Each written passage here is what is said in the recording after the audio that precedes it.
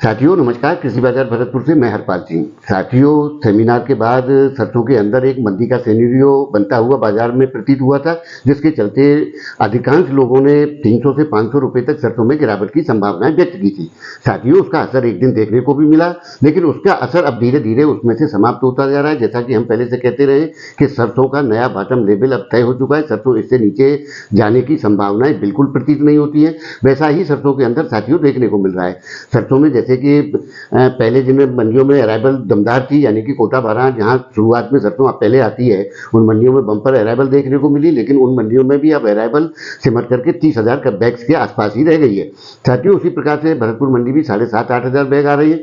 उसी तरीके से आवकों के दौर अभी भी सरसों के अंदर जारी है और होली के बाद में एक बार सरसों में आवकों का प्रेशर बन सकता है, जिसके चलते एक आध दिन के लिए भावों में दबाव की स्थिति भी देखने को प्रतीत हो सकती है। लेकिन साथियों, ऑलराउंडर सरसों के अंदर अब मुद्दा समाप्त हो चुका है। जैसा कि हम पहले से कहते रहे कि सरसों में जल्दी ही हमें एक अच्छी यानी कि 200 से 300 रुपए तक की गर्म नफा वाली पोजीशनें देखने को मिल सकती हैं, जिसकी संभावनाएं होली के बाद में बनती हुई प्रतीत होती हैं। और हो सकता है कि होली से पहले ही ऐसे आसार दिखाई देने लगे कि सरसों निरंतर अपने सुधार की स्थिति में गति बनाती हुई प्रतीत होती है। साथियों, भरतपुर मंडी आज 5,047 रुपए के भाव खुले हैं, जो कि कल से ऊपर के स्थितियों में ही, यानी कि सरसों निरंतर अपनी जो 5175 रुपए से लौट करके नीचे 5,021 और 5,031 रुपए बनी थी, वो निरंतर सुधार करते हुए उसी दौर की ओर वापस हो रही है। यानी कि जल्दी ही सरसों के अंदर जो स्थितियां प्रतीत हो रही हैं, उसमें निश्चित रूप से 5300 रुपए 5200 रुपए के स्तर को क्रॉस करती हुई मंडियां दिखाई देंगी, क्योंकि अब स्टॉक सक्रिय हो जाएगा। साथियों,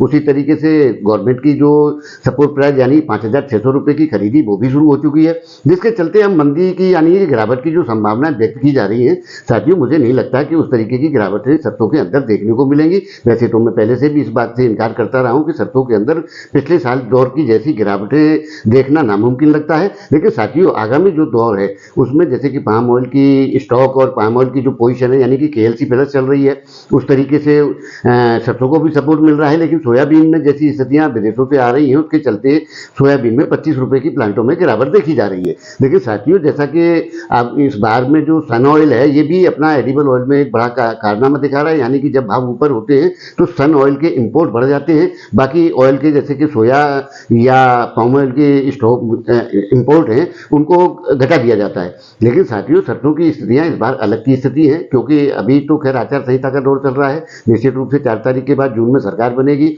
और अगर देश को खाद्य तेलों में आत्म सुरक्षित बनाना है तो निश्चित रूप से सरकार को कुछ कदम उठाने होंगे। जैसा कि सरकार का मंशा भी जाहिर होती है कि खाद्य तेलों में देश को आत्मनिर्भर बनाने के लिए सरकार बिल्कुल प्रयासरत है। लेकिन फिलहाल जो दौर चल रहा है वो वोट का दौर है। इस वक्त तो केवल आप वोट दीजिए और सुधारों की संभावनाएं तो जून के बाद ही आएंगी। लेकिन जून से पहले कोई बड़ी तेजी या बड़ी ऐसी स्थितियां भी इसके अंदर प्रतीत नहीं होती हैं।